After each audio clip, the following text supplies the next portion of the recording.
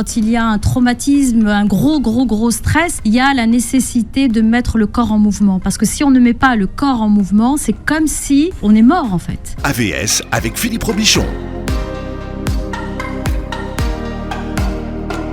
AVS pour à votre santé. Bon midi à tous. Ah oui, c'est la première fois que je dis bon midi avec Karima Chadibaou, que je retrouve avec un plaisir mélangé de joie. Comment ça va, Karima ? Ça va très bien. Et moi aussi, je suis très contente de vous retrouver, Philippe, et de retrouver nos auditeurs et auditrices. Ça faisait longtemps. Bon midi. Bon midi, oui. On est quand même à la fin de la matinée, donc on peut le dire aussi. Ça fait combien de temps que vous n'êtes pas venu ? 1 mois, 2 mois, 3 mois. J'aime bien faire les trucs par 3 mois. C'est vrai. Voilà, vous voyez ? Oui. Donc j'aime bien le chiffre 3, parce qu'il y a quelque chose, il y a une symbolique. Je suis content de vous retrouver en tout cas. Oui, moi aussi, vraiment. C'est votre rentrée va nous faire du bien à tous. Alors, il y a beaucoup de monde sur ce plateau aujourd'hui. On va prendre le temps de présenter tout le monde. Mais Karima, vous m'avez appelé il y a quelques jours, il y a une dizaine de jours, pour me dire voilà, mon cœur a besoin de partir au Maroc suite à la catastrophe qui s'est passée. Vous, voilà, c'était plus fort que vous. Il fallait que vous partiez. Absolument. Il y a un appel, un fort appel au niveau de mes tripes, comme vous l'avez dit, et au niveau de mon cœur aussi. Et voilà, je me voyais en fait être proche des victimes, être proche. Donc le Maroc, c'est mon pays natal, c'est mon pays de cœur. C'est voilà. Donc je vivre ça avec mes compatriotes marocains, être là-bas et pouvoir être utile, savoir faire ce que je sais faire. Vous m'avez dit, j'ai besoin de prendre des gens dans les bras, j'ai besoin de prendre des enfants dans les bras. Absolument. Voilà, vous avez dit voilà, moi j'ai besoin d'être de contact, j'ai besoin d'être là. Voilà, je pouvais pas rester à la maison et sachant qu'en fait, comme je vous l'ai dit, Philippe, c'est aussi très personnel en fait. Ma maison se vide, donc j'ai besoin d'aller. C'était aussi une thérapie pour moi, en quelque sorte, de pouvoir aller aider les autres, me sentir utile quand ma maison est en train de se vider, quand mon fils, ceux qui nous ont suivis avant voilà, il lève les mains, t'as vu ça ? Ça y est, Zach est logé, on est tranquille. Oui, justement. Donc là, d'avoir l'esprit libre et le cœur libre pour pouvoir m'occuper de personnes qui en ont besoin. En toute humilité, bien sûr. À noter que des opérations humanitaires au Maroc, vous en avez fait de nombreuses, surtout dans le Haut-Atlas. Donc, exactement, voilà, c'était la 4e. C'était pas la première. Non, c'était pas la première. Alors vous êtes parti avec quelqu'un que vous connaissez bien, Leïla Tona, bonjour. Bonjour Philippe, bonjour tout le monde, bonjour la team de Beurre FM. Voilà, vous êtes psychopatricienne, animatrice d'ateliers de discipline positive, donc vous aussi, quand Karima vous a dit tu viens... mais moi j'avais le feu, c'est vraiment ce que je disais, le feu à l'intérieur quand j'ai entendu qu'il y a eu un séisme au Maroc, comme l'a dit Karima, la terre qui nous a vu naître. Je pouvais pas rester sur place, donc j'ai chamboulé l'emploi du temps, ma vie ici, pour pouvoir justement faire ce... Il faut dire que vous avez des rendez-vous déjà qui sont sur 6 mois, et, et vous avez tout... Les ateliers qui sont posés, tout était posé. Vous avez tout vidé. Tout vidé, et tout le monde a été compréhensif, tout le monde a eu cette bienveillance de comprendre ce départ qui s'est fait dans l'urgence. Et donc, j'étais animée par un feu, on se disait avec Karima, il faut qu'on y aille, on ne peut pas rester. Ouais. Comme vous pouvez le voir, donc c'est dans notre ADN familial. Il y a quelque chose de l'ordre du somatique en fait, du corps qui a besoin d'être en mouvement, et on va l'expliquer après pourquoi. Quand on était sur le terrain, et de voir le corps quand il se met en mouvement, quand il y a un drame, quand il y a un traumatisme, un gros stress, il y a la nécessité de mettre le corps en mouvement. Parce que si on ne met pas le corps en mouvement, c'est comme si on est mort en fait. On est mort. Et donc pour se sentir vivante, se mettre en mouvement, prendre l'avion. Dans cet avion ce soir-là, c'était mercredi 13 septembre. On est parti et l'avion était plein de bénévoles. Il n'y avait que des bénévoles dans cet avion. C'était quelque chose d'extraordinaire. Il y a quand même eu un vrai mouvement, il faut expliquer. Oui. Le mouvement de solidarité. Il y a eu de la part de beaucoup de gens qui sont partis. Oui, déjà de la part des Marocains. Oui, absolument. Des Marocains déjà là-bas sur place. Des gens qui descendaient d'Oujda, de Fès, de Meknès, de Tanger, avec des voitures pleines. Quand on le voit à la télé, quand on le voit sur les réseaux, on se dit, mais quand on le vit sur place, il y a aussi les vibrations, en fait, l'énergie qui est dégagée. On est pris dans un bain. C'est comme, vous savez, Philippe, quand on est dans la période du mois de Ramadan et qu'on parle de cette solidarité, de cet élan du cœur, cette charité, cette bienveillance, cette bonté agissante qui se déploie sur le terrain, ben là, on l'a encore revécu, on l'a vu et on s'en est imprégné. Et ça, c'est vraiment une expérience incroyable, quoi. Alors, vous avez une école de naturopathie, Karima, oui, et vous vous êtes dit, je vais emmener mes élèves avec moi, parce que c'est vrai que souvent on fait des opérations humanitaires ensemble, mais vous dites qu'en fait, il y a la théorie et il y a la pratique. Vous voulez du terrain, les enfants? Voilà. on va aller sur le terrain. Vous allez voir la vraie vie sur le terrain. Exactement. Alors, vous êtes partie avec qui, Karima? Alors, je suis partie avec Fatima. Fatima qui nous vient à côté de Lille. Donc, quand on a lancé l'appel avec Leïla sur notre groupe de stagiaires et d'études, donc fraîchement certifiée maître praticienne en relation d'aide, et bien donc elle a dit je ne sais pas comment je vais y aller, mais je vais y aller. Bon, de toute façon, elle va témoigner. Donc, il y a Fatima qui est avec nous, il y a Jamila aussi qui est avec nous. Fatima, vous pouvez dire bonjour. Hein. Oui, bonjour. Bonjour Philippe. Merci, bonjour c'est gentil. Voilà. J'attendais la permission de ma formatrice. Si vous attendez la permission, vous allez voir. Alors Jamila. Et Jamila, qui bonjour, est aussi bonjour à toutes et à tous. Voilà, maître praticienne aussi en relation d'aide et qui elle aussi a dit je sais pas comment je vais me débrouiller mais je viens, je peux pas rester. Donc elles sont Absolument. Aussi d'origine marocaine aussi. Donc on a aussi notre jeune Isra qui est venu avec nous. Donc 26 ans déjà. Qui a 26 ans. Plusieurs opérations sur le terrain, Isra. Voilà, elle est déjà venue avec moi en mission humanitaire avec sa maman aussi. Donc qui est la fille de Leïla. Voilà, et comme vous êtes la plus geek de toutes, vous êtes aussi community manager. C'est ça, photographe, au top. Voilà. Et donc, elle a aussi fait sur le terrain avec les enfants, regrouper les enfants, parce qu'on a travaillé aussi avec des associations là-bas. Et elle faisait aussi le triage, de voir, quand on parle de triage, j'aime pas ce mot, mais bon, par rapport aux situations, il y a l'état émotionnel, en fait, des personnes qu'on allait voir, qu'on allait prendre en charge. Comment vous avez déterminé les espaces pour pouvoir poser ces émotions? Parce que dans ce cas-là, on sait très bien que quand il y a une catastrophe, il faut pouvoir exprimer et poser ces émotions. C'est un aspect qu'on n'évoque pas toujours. Hein. Pas toujours, parce qu'on pense à la première urgence, mais il y a aussi l'état psycho-émotionnel qu'il faut pouvoir gérer avec tous ceux qui ont perdu. Comment est-ce que vous avez géré ces espaces pour justement poser les paroles? Et comment vous êtes rentré en confiance avec les personnes pour qu'elles puissent justement libérer leur cœur? Alors déjà, il y a un lien solide qui nous unit, nous toutes ici, à notre alliance, qu'on a posé déjà avant d'aller sur le terrain, une fois qu'on a atterri. Voilà ce qu'on attend de cette semaine qu'on va passer au Maroc. Chacune de nous, voilà nos intentions et nos attentes, et ensuite c'est voilà, on se fait confiance, et chacune, voilà, Karima qui disait, donc toi tu prends les filles, toi tu prends les garçons, ou les enfants, les ados, les mamans, les adultes, les shibani, les personnes, les seniors, les personnes âgées, et on se dispatchait comme ça sur le terrain, chacune ou une devait gérer un groupe, ou deux, ça dépendait du nombre de patients, de victimes qu'on devait gérer, qu'on devait accueillir. Et c'était les filles et moi, enfin allez-y, prenez la parole, c'était... Non, il y avait en fait vous savez ce qu'on appelle l'intelligence situationnelle. Voilà. C'est-à-dire parce qu'on partait pas avec des idées préconçues, des préjugés, que ça va se passer comme si. Parce que vous ne saviez pas ce que vous alliez trouver sur place. C'est ça. Non, vraiment pas. Du tout. Le premier jour, quand on est arrivé donc le mercredi soir, et on a oublié de présenter Khadija, qui elle est encore au Maroc, elle est sur le terrain et qui fait partie aussi de l'équipe et qui est là-bas. Et elle continue le suivi, elle continue aussi la découverte, j'allais dire, ou l'exploration. Je vais utiliser ce mot.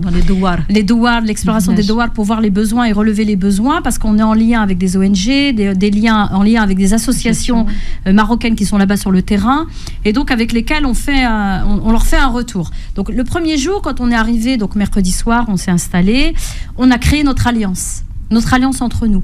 C'est quoi cette alliance? C'est comment on veut être ensemble. Sous quelle forme? C'est-à-dire, en fait, vous êtes... Vous avez vous avez une phrase qui vous... Non, je sais pas. Vous l'exprimez comment, votre alliance? Alors on a quand même renommé à un moment où on était sur une piste très très dangereuse, vous vous souvenez, où c'était très sinueux. Et elle me dit, mon Dieu, les psys de je sais plus quoi. Et je lui ai dit, mais non, mais c'est les psys de l'extrême, là. Oui. Donc, on a renommé notre équipe comme ça, les psys de l'extrême. Voilà, parce qu'on a été dans des endroits, en fait... très reculés, reculés et très difficiles d'accès. Et qui ont extrêmement dangereux aussi. Ouais, et qui ont reçu toute l'aide au niveau alimentaire, au niveau... toute l'aide matérielle, en fait.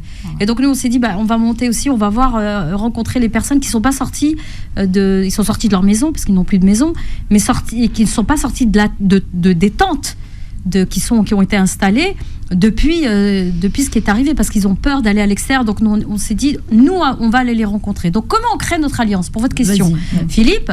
Alors nous, on a une méthode, une manière. Chacun va exprimer son intention de... Alors moi, on le dit tout le temps, on a 3 intentions. Une intention pour soi. Pourquoi tu es venu? Pourquoi est-ce que tu as décidé de tout claquer ici et de partir? Le pourquoi, le grand pourquoi. Le deuxième... Alors, on va vous poser des questions. Voilà. Fatima, pourquoi? Alors, moi, ce que je voulais dire tout à l'heure... pourquoi vous êtes venue? Pourquoi je suis venue? Alors, moi, j'ai décidé d'y aller parce que c'était déjà quelque chose qui me trottait, l'humanitaire. J'en avais parlé justement avec mon mari. Il se trouve que j'ai commencé une mission en intérim et je disais, j'ai envie de... Voilà, j'ai pris un poste qui n'a rien à voir avec la thérapie et je dis, j'ai envie de partir en mission humanitaire. Donc, j'avais cette idée-là, d'aller aider les gens et d'apporter justement ce qu'ils n'ont pas et ce dont je n'ai pas besoin moi-même, en fait. Donc, comme disait Karima, par exemple, tout à l'heure, une fois qu'elle a placé que son enfant, elle sait qu'il vole de ses propres ailes, du coup, elle sait qu'elle peut partir. Donc, moi, c'était un peu ça. C'était cette idée d'aller pouvoir apporter quelque chose à l'autre dont je n'ai pas besoin et dont je sais qu'il lui est nécessaire. Jamila, pourquoi vous êtes partie, vous? Alors, moi, il n'y a pas eu besoin de beaucoup de temps de réflexion. Hein. Quand Karima nous a appelés, je la remercierai toujours pour ça, vraiment. C'est qu'on n'a pas réfléchi, on a pris le billet, on est parti le lendemain, je crois. Oui. Moi, j'ai pris mon billet la veille, je partais le lendemain. Et j'ai posé mes congés. Et en fait, pourquoi? Tout simplement, c'est le cœur, en fait, on ne réfléchit pas. Enfin, pour moi, c'était ça. Ma place était là-bas, en fait. Au-delà de l'aide matérielle qu'ils avaient, on a compris qu'ils avaient besoin de rien matériellement. Hein, ils avaient des denrées alimentaires, des tentes, des couvertures, mais ils avaient besoin de soutien psychologique. Isra? Alors pour moi, c'est ma mère qui m'en a parlé. J'ai dit oui directement parce que j'avais déjà fait en fait des missions humanitaires et celle-là elle était vraiment différente et je voulais vraiment y aller, être utile, les aider, donner mon maximum en fait pour eux. Alors deuxième dimension. Karima. La deuxième dimension, c'est l'intention pour le groupe que nous formons. C'est nous ensemble. Comment on va être ensemble? Parce qu'on a eu plusieurs bienfaiteurs là-bas, des personnes qui nous ont pris un appartement déjà là-bas. Donc on était au centre de Marrakech à l'hivernage. Donc on était tous ensemble. On va cohabiter ensemble. On n'a pas l'habitude. Moi, je connais ma sœur. Je vais cohabiter avec elle. Je connais ma nièce. Je cohabite avec elle. Khadija, je la connais aussi. Mais Jamila et Fatima, je les connais pas. Je les connais en tant que stagiaires. Et elles ont, il y a moi la posture en tant que formatrice, en tant que leur enseignante, et elle en tant que stagiaire. Donc là, il y a une alliance à co-créer ensemble. Comment on veut être ensemble et comment donner le plein potentiel pour que notre équipe soit efficace et donne son plein potentiel. Comment on veut être ensemble. Et ça, c'est la deuxième intention. Et la troisième intention? Et la troisième intention, c'est qu'est-ce qu'on veut pour les autres. Là, on une intention à soi, au groupe, et les gens avec lesquels on va rentrer en union, les gens avec lesquels on va rentrer en contact, qu'est-ce qu'on veut pour eux? C'est quoi notre intention envers eux? Voilà, nous avons les psys de l'extrême ce matin jusqu'à 13h. On parle de la prise en charge psycho-émotionnelle, notamment en cas de catastrophe. Et vous revenez, toute l'équipe du Maroc. Vous êtes parti une semaine sur le terrain. Et on a été rejoint par... alors on a Khalida qui est avec nous. Radija est avec nous ou pas? Oui, Radija. Est-ce que vous nous entendez, Radija? Voilà, Radija qui est à Marrakech, très, très bien. Voilà, thérapeute familiale. Vous êtes installée à Marrakech et vous êtes encore sur le terrain. Vous êtes où aujourd'hui, Radija? Je suis en plein centre-ville. J'ai un retour là, à Amzil. Ça s'appelle Amzil. Enfin, c'est un nom, j'arrive pas trop à le prononcer, mais c'est en grosso modo c'est ça. Et je suis à 1h20 minutes comme ça, 1h15 de... On est un peu plus loin que Amzil, de Marrakech. Donc 1h15, 1h20 minutes. Alors Léla... Voilà. Oui. Non, c'est bon. Bon, restez avec nous, Radija. Alors, parce que vous êtes très nombreux, on va essayer de partager la parole entre vous toutes. Leïla, Oui. y a des mots qui sont difficiles à prononcer parfois, parce qu'effectivement, quand on arrive sur le terrain après une telle catastrophe humanitaire telle que ce qui s'est passé au Maroc, voilà, on est en contact avec la mort, avec des gens qui sont sous les décombres, avec des gens qui ont tout perdu. Oui, tout à fait. Et il y en a une particulièrement la première qui m'a bouleversée, c'est quand un homme m'appelle et il me dit viens s'il te plaît, il y a ma sœur qui était ensevelie, qui est une rescapée, mais qui était dans un état tel de sidération, qui avait perdu l'usage de la parole, qui avait les pupilles dilatées et qui n'avait le teint verdâtre, pâle, enfin voilà, il n'y avait plus de sang au niveau du visage. Il faut juste dire qu'elle a été prise en charge par les médecins, on s'est occupé d'elle, elle est soignée, elle avait des membres cassés. L'équipe médicale était passée. Voilà, l'équipe médicale avait été vue par toute l'équipe médicale, la caravane médicale. Et donc, j'avoue que d'être confrontée pour une première fois là sur le terrain à une rescapée, ça m'a pris aux tripes. Et je me suis dit, est-ce que tu vas être à la hauteur? Est-ce que tu vas pouvoir aider cette femme? Bon, bien sûr, j'ai lâché ces questionnements-là. Et ce que j'ai fait, c'est que j'ai commencé par la toucher, par me présenter. J'ai utilisé de l'EFT, donc Emotional Freedom Technique, c'est-à-dire en tapotant, en criant son prénom. Je lui ai massé parce qu'ici, au niveau des mandibules, souvent 100 grammes, donc s'enregistre le stress. Donc parce que j'avais pas le temps en plus d'avoir tout l'historique de comment elle était où quand le mur est tombé sur elle, etc. Donc du coup, je me suis fait confiance, j'ai massé ses mandibules et je lui ai fait crier son prénom en disant Amina, je suis vivante. Donc c'était son prénom Amina et elle devait dire je suis vivante en inspirant. Donc en faisant ce protocole-là, cette technique-là, c'est comme si qu'elle inspirait. Vous savez, comme quand le bébé il arrive à la naissance, il naît et que cette première inspiration, c'est là que ça s'est débloqué. Niveau sanguin, en tout cas, on a pu l'observer et qu'elle a pu crier son prénom et nous lâcher un sourire. Donc Philippe, je vous en parle. Non, je vois. Vous le voyez. Donc je vous en parle, je frissonne et ça vous retourne. Et quand vous sentez utile comme ça, je trouve plus les mots, les filles. C'est voilà. Fatima, vous cherchiez à être utile avant de partir. Alors en quoi est-ce que vous avez été utile sur le terrain? Comme disait Leïla, donc on a utilisé les différentes techniques que Karima les techniques qu'on appelle d'urgence, qu'elle nous a appris Karima. Mais moi je voulais dire, moi ce qui m'a marqué au premier campement, c'est cette petite fille qui est venue nous accueillir comme si on était des membres de la famille, comme si elle nous attendait en fait. Et du coup moi je l'ai pas prise en charge, donc je sais pas si il y avait un stress plus ou moins grand, mais elle m'a marquée. Et ce qui m'a marqué encore plus, c'est le peu d'enfants qu'on voyait au départ. Donc, on commence à se poser des questions. Il reste quelqu'un, il reste personne. Et quand on est entré sous la tente, ils sont arrivés. Au départ, on les comptait. Tous les enfants. Il y avait une demi-douzaine d'enfants. Et puis après, c'était 50 enfants. 50 enfants. On a pris en charge 50 enfants dans ce une camp-là. demi-centaine. Ouais. Et la petite qui t'a accueillie, c'est la petite Jenna. Non, c'était Jenna. Ah, parce qu'il y avait une Hind aussi, pardon. Et il y avait une dame aussi que je voyais. J'avais remarqué qu'elle était là en train de nous guider, qui avait compris pourquoi on venait. Et finalement, je l'ai prise en charge et elle a lâché prise à ce moment-là. Depuis le tremblement de terre, en fait, c'est elle qui s'est occupée de sortir les personnes, de les rassurer, etc. Et au départ, quand on est arrivé, que je lui ai demandé comment ça allait, elle me dit que ça allait. Et puis finalement, elle s'est rendue compte qu'elle n'avait pas eu le temps de vivre la situation. Donc, quand vous prenez en charge les personnes qui, au départ, vous expliquent qu'elles sont terrorisées, qu'elles ne dorment plus, quand elles entendent un bruit, elles ont peur, et puis qu'à la fin d'une mini-séance, elles arrivent à visualiser quelque chose d'un peu plus positif, et vous dites que vous avez bien fait de partir. Jamila. Oui, j'écoute tous ces témoignages, je les ai vécus, j'ai l'impression de revivre encore à nouveau.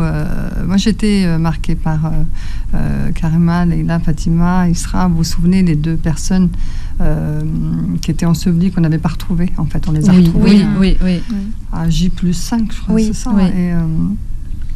Et on était là-bas. Vous pouvez nous préciser l'histoire ? Eh bien, ce sont un couple sans enfants.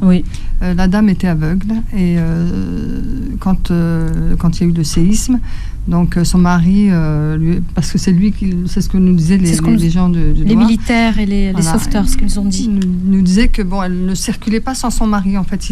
Il était complètement... il s'occupait d'elle. Il s'occupait tout le temps d'elle.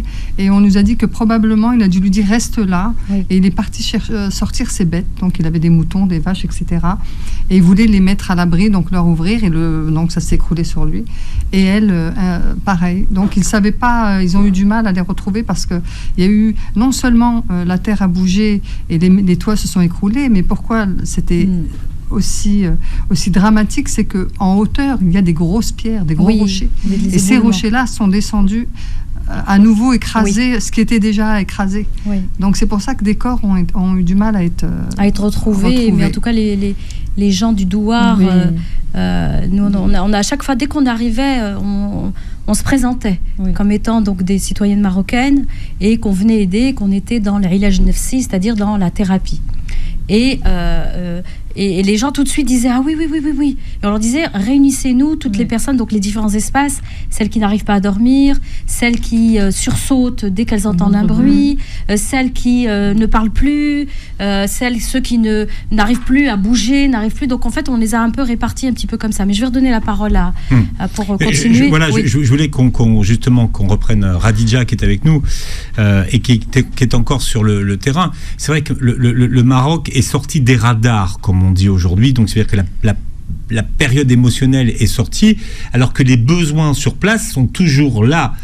Radija, là où vous vous trouvez, de quoi les gens ont-ils besoin?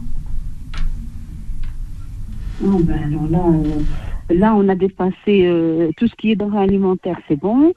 Tout ce qui est couverture, c'est bon aussi. Matelas.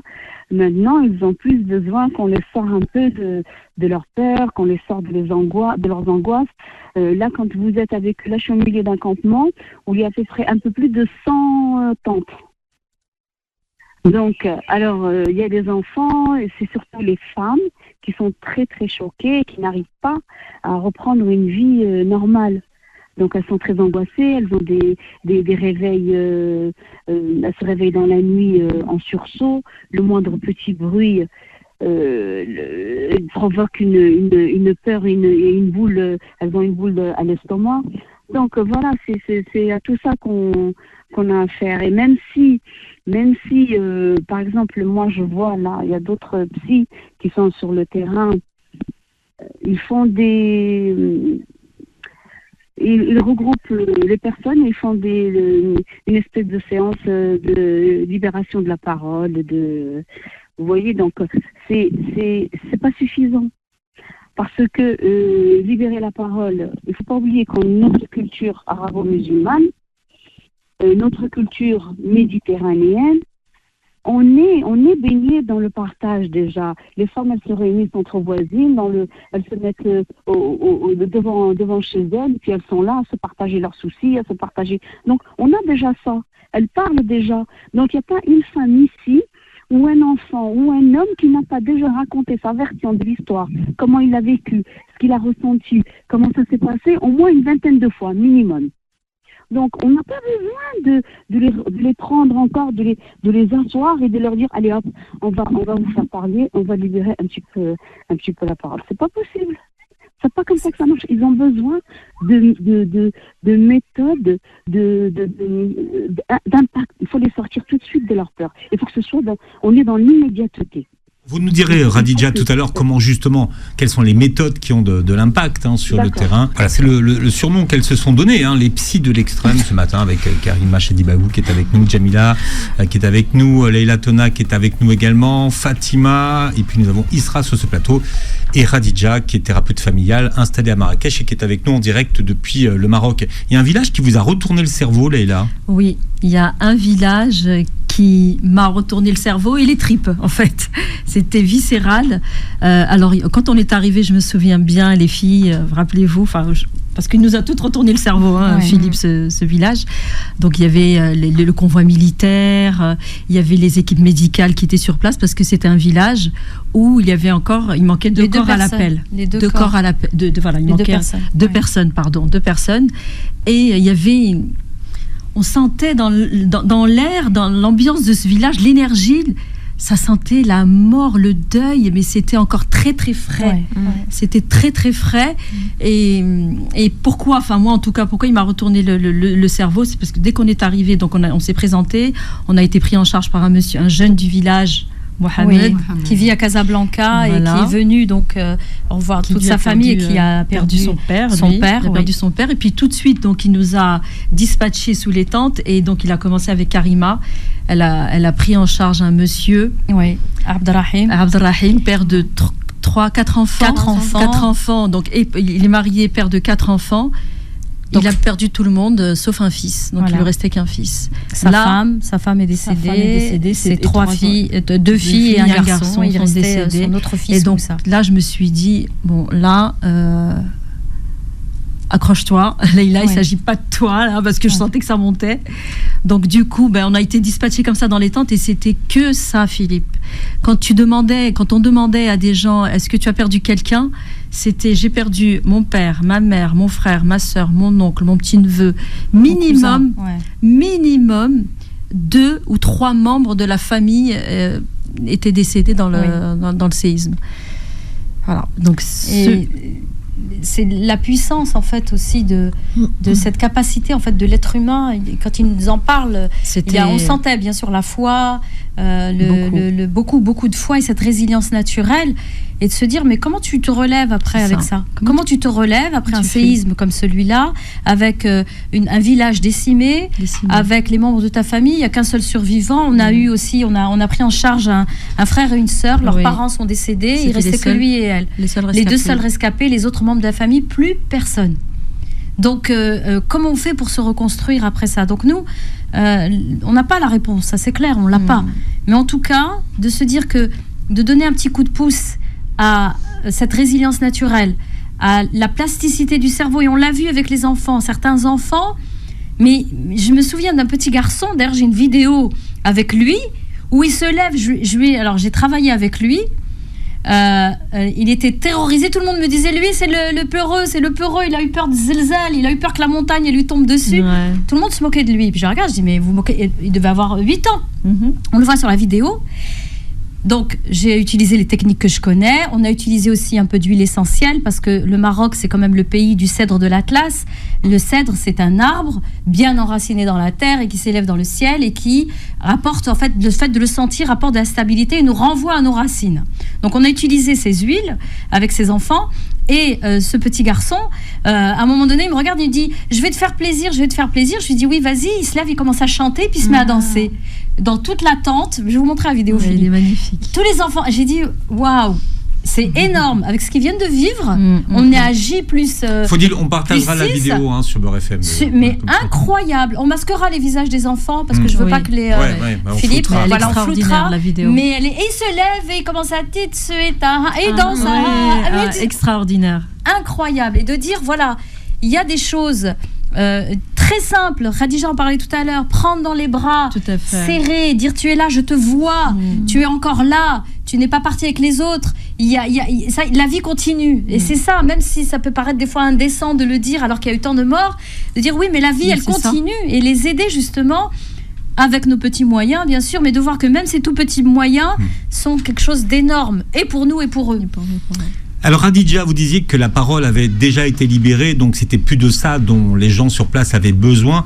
Finalement, quelles sont les méthodes qui fonctionnent pour se relever?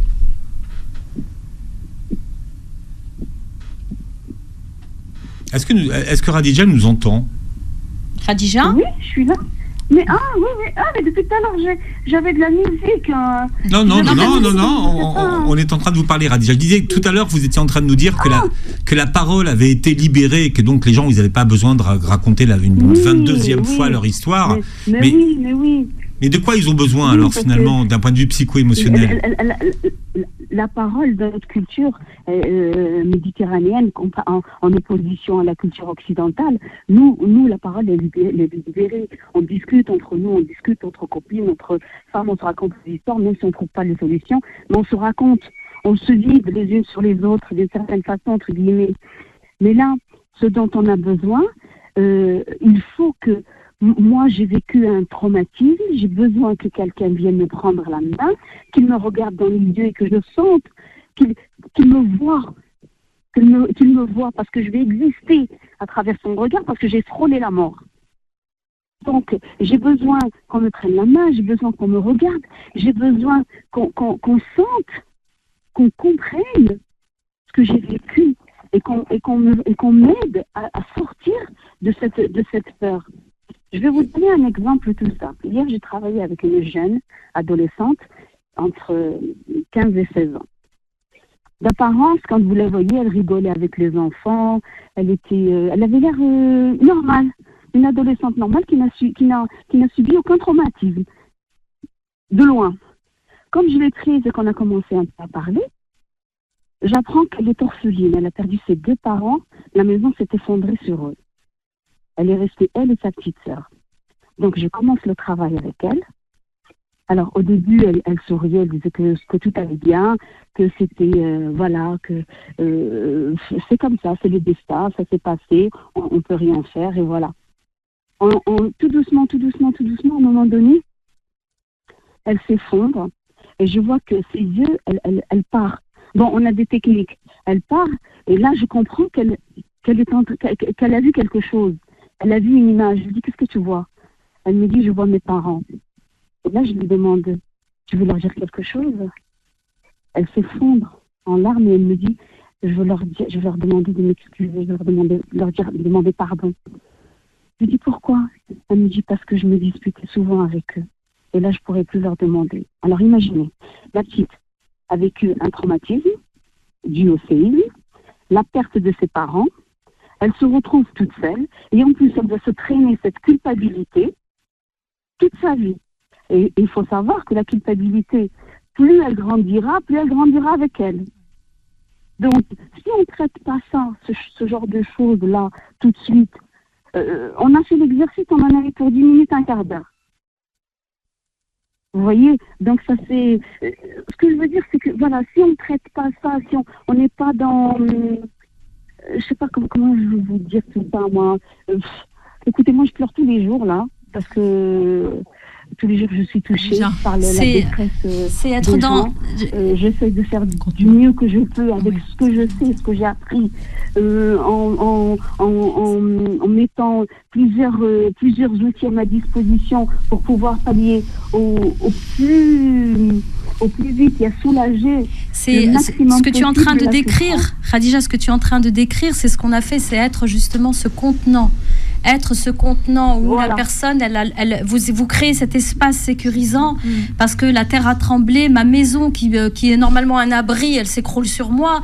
Normalement, je me sens en sécurité dans ma maison et là, la maison qui s'écroule m'emmène, me prend mes parents. Donc, comment je peux vivre avec ça et d'être ce contenant, d'être cet espace sécurisant pour apporter cette stabilité. C'est ça, en fait, dont on parle depuis tout à l'heure. C'est ça dont on parle. Isra, vous avez 26 ans, vous étiez peut-être la moins préparée, ou pas, ou finalement... non, est-ce que l'âge, finalement, n'a rien à voir avec tout ça? Franchement, moi, je me sentais préparée, parce que j'avais déjà vécu des missions humanitaires, même si celle-là était différente, comme je l'ai dit précédemment. Mais vous n'aviez pas été confrontée à la mort à un tel point? Non, vraiment, non, ça m'a choquée, ça m'a limite aussi traumatisée. Non, c'est pour ça que je voulais dire, voilà, effectivement, il y a un âge où on est moins confronté à la mort que d'autres, en fait. Oui, non, franchement, ça a été un choc, mais j'ai su gérer, on a pleuré, mais franchement, ça a été à la fin. Il faut dire que le soir, Philippe, quand on rentrait après la journée, on débriefait. Entre nous, il y avait supervision. On avait besoin de ventiler. On avait besoin de ventiler et de dire... parce que même vous parlez d'âge, mais nous, à notre âge aussi, d'être confrontés à ça. Généralement, en cabinet, quand on est au cabinet, dans le confort de notre cabinet, on reçoit la personne, on a fait l'anamnèse, on sait ce qui lui est arrivé. Et voilà, bon, elle a perdu quelqu'un. Je veux dire, on va réussir à relativiser. Mais là, c'est plusieurs morts et voilà, quoi. C'est dans l'instant T, tu fais quoi? Fatima, qu'est-ce que vous avez appris en une semaine? Qu'est-ce que j'ai appris en une semaine? J'ai appris que, comme disait tout à l'heure Karima, avec le groupe déjà on est plus fort. Il y a des choses. Je pense que si j'avais été sur le terrain seule, je ne sais pas si si j'aurais pu faire quelque chose en réalité, parce que bon, il y a cette histoire de pas beaucoup pratiquer aussi, donc le but aussi c'était ça. D'ailleurs, moi j'ai écrit quelque chose, j'ai été inspirée, j'ai écrit quelque chose parce que au-delà de toutes ces... Vous avez écrit quoi? J'ai écrit un texte, si je peux le lire tout à l'heure. Si c'est Alors là, possible, on arrive je sais très pas. à la fin de l'émission, je vous dis. D'accord, ok, c'est pas grave, mais ce que je veux dire, c'est que c'est... en fait, on sait pas, en y allant, on sait pas où on va. On sait qu'on doit y aller, mais on ne sait pas où on va. Et on apprend de tous, en fait. On apprend de nous, on apprend du groupe, on apprend des gens vers qui on va. Et ça continue de cogiter, encore et encore. Jamila, qu'est-ce que vous avez appris sur vous-même, vous? Alors, sur moi-même, en fait, on est parti dans le but d'aider et d'accompagner. Et on s'est fait accompagner aussi. Oui. Et on a eu une belle leçon de vie. Très belle. Vraiment. On a laissé des sourires. On en a apporté avec nous aussi. Oui. Ouais. Vous allez repartir, d'ailleurs. Oui, on repart au mois d'octobre. On a hâte. On a hâte, et puis on a fait des contacts aussi là-bas, et donc dans notre manière aussi de travailler, et donc on va aller sur plusieurs... on a plusieurs choses en fait, plusieurs fronts, je veux le dire comme ça. Oui. Je le dis comme ça? Oui, plusieurs fronts. Voilà, sur lesquels on va travailler. Donc là, on est en train de préparer cette deuxième mission. Et pour pouvoir continuer le suivi, parce que les personnes dont on s'est occupé, c'est pas juste one shot. On a fait un truc. Non. Oui, il y a des choses qui ont fonctionné en un coup, one shot, mais maintenant, il faut qu'il y ait le suivi derrière. Pour pas que le SSPT et puis, s'installe complètement. C'est quoi le SSPT? Oui, le syndrome du stress post-traumatique. Oui, pardon. Oui, et puis il y a l'hiver qui arrive, de toute façon, il y a le froid qui arrive. Il y a le froid donc, qui arrive. On continuera à en parler. Radija, vous êtes, toujours sur le terrain, Radija? Oui. Voilà, et puis on vous fait un gros bisou. J'ai pas entendu la question parce que chaque fois j'ai de la musique. Ah bon? Qui c'est qui vous met de la musique? Oui. C'est pour te faire patienter. J'ai envoyé un message, mais personne ne m'a répondu. Non, mais franchement, il y a des choses qui vont se régler. Radija, il y a des choses qui vont se régler après l'émission. Moi, je vous le dis. Hein. Moi, je crois qu'il faut dire y jouer avec sa place, là, hein, Radija. Donc voilà, ce qui fait que à chaque fois, je n'entends pas la question. Bon. Il n'y a pas eu de question, c'était simplement... En tout cas, on vous fait un gros bisou, Radija. D'accord, ok, moi aussi. Gros bisous. On est avec toi. Force et courage à toi. Oui. On est avec toi. D'accord. Ce qui fait que je ne sais pas du tout ce que vous avez dit. Bon, j'imagine, je ne sais pas, j'ai rien entendu. Alors, ce que je vous propose, c'est de réécouter l'émission en podcast sur beurrefm.net et sur les plateformes qui reprennent l'émission. Vous verrez la vidéo sur YouTube. Oui, il y a une dédicace à une dame qui était très contente, enfin qui vous suit, Philippe, et qui nous suit, qui s'appelle Fatima, et une dédicace spéciale pour elle. Voilà.